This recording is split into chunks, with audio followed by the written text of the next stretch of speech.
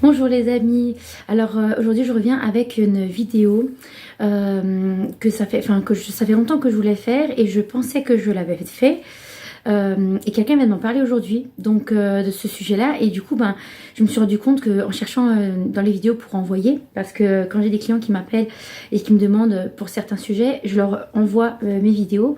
C'est plus rapide parce que du coup, j'explique bien dans la vidéo, donc c'est plus rapide que d'expliquer à chaque personne qui m'appelle à chaque fois les mêmes choses. Donc j'envoie les vidéos, je fais des sujets et j'envoie aux clients. Et donc du coup, on m'a posé la question ce matin pour un sujet que je pensais avoir fait. Sur la perte de libido dans le couple, donc autant pour les hommes que pour les femmes, parce que c'est vraiment un problème qui touche tout le monde. Et je pensais l'avoir fait. Et en fait, je me suis rendu compte que je n'ai pas encore abordé ce sujet. Donc voilà, je fais une vidéo pour me mettre un petit peu à jour sur les vidéos par rapport à la sexologie et par rapport à la thérapie en couple. Voilà. Donc le problème de libido dans le couple, donc il y a plusieurs facteurs. Alors je veux bien préciser parce que je veux pas vexer, j'ai déjà vexé plusieurs personnes en donnant mon point de vue. Je veux bien expliquer dans mes vidéos que ce que je dis, c'est ce que moi déjà je crois personnellement, et c'est ce que j'ai appris par ma propre expérience et par ma propre expérience et par aussi l'expérience que j'ai eue, donc soit dans ma vie personnelle, soit que j'ai eu avec des clients ou avec des amis que j'ai aidés. Et donc du coup, je vois, j'ai pu un petit peu me faire ma propre idée, quoi. Voilà, donc ce que je partage en vidéo, je précise bien, c'est mon point de vue, ça ne regarde que moi, je le partage avec les gens qui sont intéressés. Maintenant, si vous n'êtes pas d'accord, libre à vous, vous avez le droit de pas être d'accord, tout comme je suis libre de partager mon point de vue. Voilà, donc c'est des personnes chez qui peut-être ça va pas résonner, peut-être que ça vous serez pas forcément d'accord, mais je précise bien que c'est ce que j'ai constaté, et de toute façon, ce que je partage en vidéo, c'est pas ce que j'apprends sur d'autres vidéos, c'est vraiment des choses que j'apprends moi personnellement dans ma vie, soit dans ma vie personnelle, soit dans ma vie, soit dans ma vie professionnelle avec les clients. Et donc forcément avec les clients, parfois j'apprends aussi avec les amis, quand j'aide des amis, j'apprends énormément sur moi aussi. Donc voilà, j'apprends par rapport moi personnellement, j'apprends quelque chose de nouveau, mais j'apprends aussi sur moi dans ma vie privée parfois, où je vais avoir peut-être un client qui me dit des choses et qui ça va résonner par rapport à des choses que moi-même j'ai vécues. Donc je vais parfois comprendre des choses sur ma propre vie grâce à un problème d'un client ou d'un ami, et ça me permet de me remettre en question. Donc je suis encore en apprentissage, je suis encore en train d'apprendre des choses. C'est pas parce que je fais de la thérapie que je sais tout et que il faut me lyncher forcément sur des choses que je vais dire. Donc voilà, je voulais juste prévenir parce que sur ce sujet-là, j'ai déjà commenté sur Facebook des posts sur ce même sujet et je m'en suis pris plein la tronche. Donc voilà, je voulais vraiment être claire avec ça en disant que ça reste mon point de vue et que faut pas prendre ça pour vous personnellement, parce que ce que je dis, si ce que je dis ne résonne pas chez vous, laissez tout simplement. C'est que cette vidéo n'est pas pour vous et que voilà, ça ne vous parle pas, et que peut-être que votre cas, je ne l'ai pas encore connu, et que du coup voilà, parce qu'il y a des comment dire, il y a des exceptions à tout. Et moi, ce que je parle, c'est vraiment des sujets sur lesquels j'ai vu par moi-même, ou j'ai vu dans des séances, et ce qui m'a permis d'avoir mon propre point de vue sur la question. Mais sachez que peut-être que vous avez une situation que je ne connais pas, et que du coup, qui fait exception à la règle de ce que je vais dire. Voilà. Donc plus, ce n'est pas une règle, c'est simplement un partage de connaissances, tout simplement. Voilà. Donc, je commence le sujet. Dans le vif du sujet, pour moi, je précise bien, pour moi, dans ma façon de penser, dans mon expérience, dans ce que j'ai appris, quand il y a une perte de libido, il y a plusieurs raisons. Donc, première raison, et bien sûr, ne vous sentez pas attaqué quand je vais dire ça, parce que ça ne concerne pas tout le monde, ok ? Ça peut concerner certaines personnes, c'est pas forcément le cas pour tout le monde. C'est pas parce que je dis ça que tout le monde faut vous sentir visé. Donc, première chose pour moi qui me paraît évident dans la première chose qui fait qu'on a une perte de libido envers une personne, envers son conjoint, sa conjointe, son mari, sa femme, c'est la perte d'amour. C'est-à-dire que au début on aimait son mari, sa femme, et en fait l'amour diminue. Voilà. Donc déjà l'amour diminue et devient comment dire, devient... enfin, l'amour que vous avez en fait avec votre compagnon, votre compagne devient de plus en plus classique, beaucoup plus routinier. Et ce qui fait que en fait c'est un petit peu tout le temps la même chose. Vous n'avez pas forcément cherché à faire de nouvelles choses. Vous êtes rentré un peu dans une routine. Et l'amour entre vous n'est plus activé, n'est plus... comment dire, l'amour entre vous n'est plus réveillé. Donc le feu qui est entre vous en fait s'éteint progressivement avec les habitudes, les enfants, la routine et tout ça. Et ce qui fait que ça tue l'amour. Et donc du coup ça tue le couple et ça tue la relation sexuelle. Donc il y en a qui vont continuer à avoir des rapports un peu par habitude. Mais pour les hommes, donc justement qui ont des pertes de libido, parce que chez les femmes, quand elles ont des pertes de libido, parfois, enfin souvent elles se forcent pendant un certain temps. Le jour où elles arrêtent de se forcer, c'est quand elles ont pris conscience que là, elles ont peut-être plus envie d'être avec leur compagnon et que du coup, bah, elles se laissent faire. Enfin, voilà, elles vont dire stop ou elles vont peut-être avoir un amant et puis voilà, elles vont en gros dire stop par rapport à la relation et elles vont réussir à ne plus avoir envie de coucher avec leur mari. Par contre, pour les hommes, c'est beaucoup plus radical parce que quand vous avez une perte de libido, les hommes, bah, vous n'arrivez plus à avoir d'érection. Donc, la perte de libido que vous avez, ressentie à l'instant, on va dire, ça agit logiquement sur vos érections parce que quand on n'a pas envie, dans la tête, bah, le corps ne marche pas, c'est normal. Donc il faut pas se forcer non plus. Hein. Donc voilà, autant qu'une femme n'est pas censée se forcer pour faire plaisir à son mari, un homme n'est pas censé non plus se forcer pour faire plaisir à sa femme et forcer des érections alors que dans sa tête ça ne va pas. Donc ça c'est la première chose, c'est le premier point. Il y a d'autres points pour moi, bien sûr je précise encore pour moi.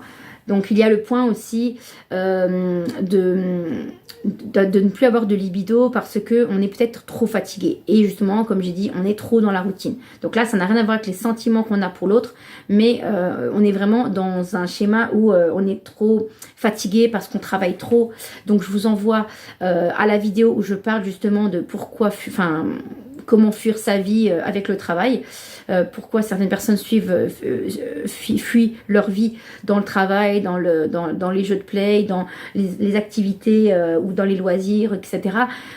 Pour justement fuir un peu leur routine et leur vie. Et donc j'ai fait une vidéo là-dessus, je vous envoie à aller regarder cette vidéo si ça vous intéresse. Voilà, donc tous les aspects qui permettent en fait de fuir un petit peu les problèmes de couple, les disputes, etc.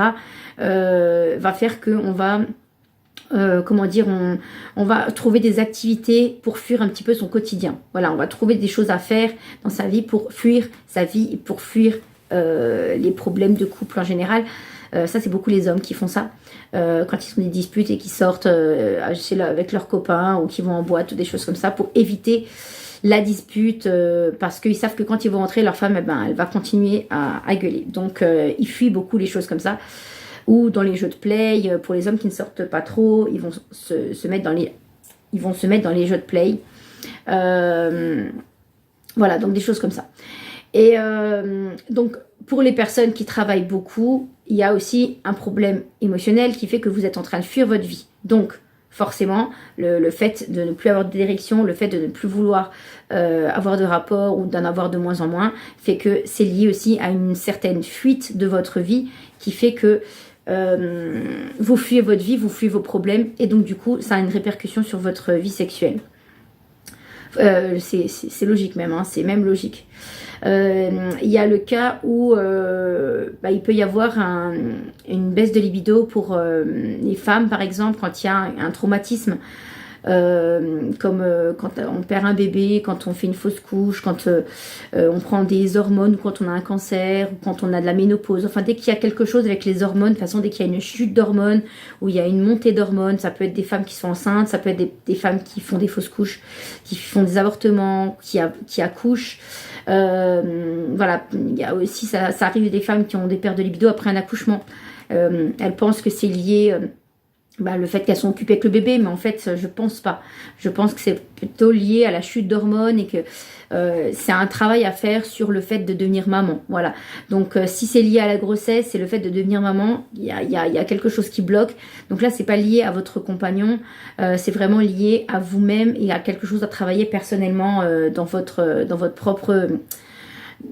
propre travail personnel. Donc c'est pas un problème de couple, c'est vraiment un problème lié à soi. De toute façon, tout ce qui est chute d'hormones, c'est vraiment lié à soi et à nous en tant que mère, comment on se voit en tant que mère, etc. Voilà. Il y a aussi les trucs des hormones qui peut être un aspect physique aussi. Le fait de prendre la pilule ou d'arrêter la pilule ou de mettre des implants, tout ce qui est hormonal de toute façon, ça peut agir aussi sur la perte de libido parce que du coup, c'est pas forcément émotionnel. Enfin, si, ça c'est forcément émotionnel à un certain degré, mais en tout cas, c'est surtout lié aux hormones qui ont soit trop élevé, soit pas assez, et qui font que en fait ça fait l'effet yo-yo dans votre corps. Et les hormones agissent énormément sur les femmes, sur les émotions et sur le comportement des femmes, parce que quand on a trop d'hormones ou pas assez d'hormones, ou qu'on a des chutes d'hormones, et ben on a des réactions qui sont parfois très impulsives parce que liées à cette chute d'hormones. Donc voilà, donc il y a des moments où tout ce qui est touché à la grossesse, tout ce qui touche à l'accouchement et tout ça, à la maternité en général, peut aussi avoir des effets. Il y a beaucoup des femmes qui vivent des pertes de libido après un accouchement ou depuis qu'elles ont eu des enfants, ou, voilà, parce que peut-être il y a des femmes qui pensent que une fois qu'elles sont mamans, bah, elles ne sont plus des femmes, donc elles sont que une maman. Encore une fois, ce n'est pas un problème de couple, là c'est vraiment un problème lié à soi et un travail à faire sur soi. Il y a aussi la perte de libido par rapport à des traumatismes de l'enfance.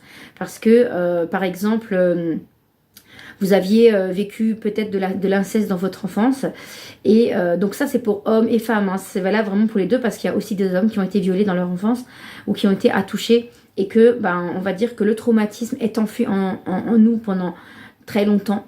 Et un jour, il suffit que votre compagnon ou que votre compagne vous demande de faire quelque chose au niveau sexuel que vous avez vécu quand vous étiez petit, qui vous a traumatisé, et ça peut réveiller des souvenirs que vous pensiez avoir oubliés ou que vous pensiez avoir passé, que voilà, c'est passé, c'est bon, c'est dans le passé, j'y pense plus, j'ai oublié, j'ai pardonné, c'est bon, je passe à autre chose.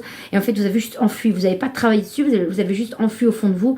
Et quand il va se passer une action dans votre couple, ça va réveiller cette douleur. Donc vous allez peut-être vous en prendre à votre mari ou à votre femme à ce moment-là, alors qu'en fait c'est pas lui ou elle le responsable, mais c'est vraiment le fait qu'il a juste réveillé ou elle a juste réveillé, appuyé sur un endroit qui était déjà douloureux parce que non travaillé dessus et non libéré. Et donc forcément quand on va aller appuyer dessus, ça va réveiller une peur et un traumatisme, et qui fait qu'on va avoir une perte de libido et on ne saura pas pourquoi. Voilà, donc voilà, et maintenant on le sait que dans les pratiques sexuelles, les gens sont de plus en plus ouverts.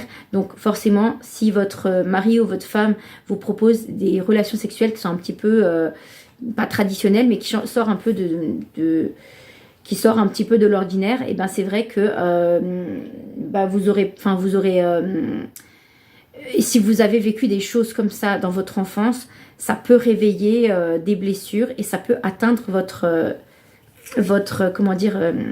ça peut atteindre votre libido. Donc pour les hommes qui ont des problèmes de libido, ça veut dire qu'ils n'ont plus d'envie sexuelle. Si vous n'arrivez plus à avoir d'érection, en fait c'est normal, parce que il faut d'abord avoir envie dans sa tête avant que ça agisse sur le corps. Donc pour les hommes qui ont un problème d'érection et de libido, je vous dirais de travailler vraiment sur la libido, parce que c'est pas un problème de pénis, c'est vraiment un problème que si vous avez plus envie, forcément que le pénis il réagit à vos envies. Donc c'est pas un problème qui a un problème au niveau du pénis, mais c'est vraiment un problème par rapport à votre état d'esprit et à qu'est-ce qui fait que vous n'avez plus d'envie sexuelle. C'est vraiment à ce niveau-là qu'il faut travailler. C'est vraiment cette partie-là qu'il faut travailler. Donc voilà, je pense qu'il y a d'autres aussi cas. Il y a peut-être d'autres cas que je n'ai pas encore parlé ou que je n'ai pas abordé là tout de suite. Je n'ai pas d'autres idées, mais il y a sûrement d'autres points qui se rajoutent pour les cas de problèmes de libido. Il y a sûrement d'autres sujets, mais là ça ne me vient pas tout de suite, donc je réserve ça pour une autre vidéo, sachant que je suis déjà presque à 15 minutes de vidéo. Je vais m'arrêter là, et si j'ai d'autres idées qui me viennent par la suite ou dans les jours à venir, je ferai d'autres vidéos, voilà, suite de la vidéo machin, comme ça vous saurez que je fais la suite de cette vidéo. Mais là pour l'instant je n'ai pas d'autres idées. Si vous avez des situations que vous avez connues que je n'ai pas parlé, que je n'ai pas pensé à aborder, n'hésitez pas à me faire des commentaires ou à m'écrire en message privé et à me faire part peut-être de votre expérience et de les pertes de libido qui sont liées à autre chose que ce que j'ai parlé. Peut-être que ça sera un sujet de vidéo pour une prochaine vidéo. Voilà, je vous souhaite une bonne journée les amis, à très vite, au revoir.